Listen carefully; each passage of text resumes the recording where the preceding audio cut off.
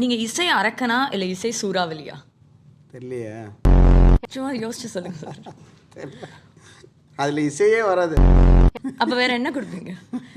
Santhosh Narayan sir பின்னாடி ஒரு tagline கொடுக்கலாம். எனக்கு அது இது வேணா வைக்கலாம். எனக்கு என்னோட ரேஷன் கார்டில் சந்தோஷ் நாராயண் வந்து சந்தோஷ் நாரினான்னு போட்டுட்டாங்க.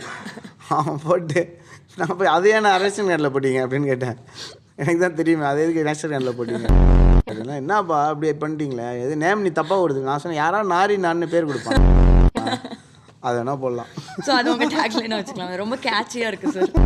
இப்போ வந்து உங்களோட க்ளோன்டு ஒரு பர்சன் சந்தோஷ் நாராயணனே உங்கள் முன்னாடி வந்து நிற்கிறாரு அப்படின்னா நீங்கள் அவர்கிட்ட என்ன கேட்பீங்க இல்லை என்ன சொல்வீங்க? ரொம்ப பரிதாபமாக ஃபீல் பண்ணுவேன். என்ன கேட்பீங்க? அவனை சுற்றி இருக்கிறவனை நினச்சி பரிதாபமாக ஃபீல் பண்ணுவேன். ஒரு லைன் சொல்வீங்கன்னா? செத்துருன்னு சொல்லுவேன். போ கிளம்புன்னு சொல்லுவோம். அவருக்கு ஒரு பாட்டு பாடுவீங்கன்னா என்ன பாட்டு பாடுவீங்க? அந்த ஏன் பிறந்தாய் மகனே ஏன் பிறந்தாயோ அந்த பாட்டு.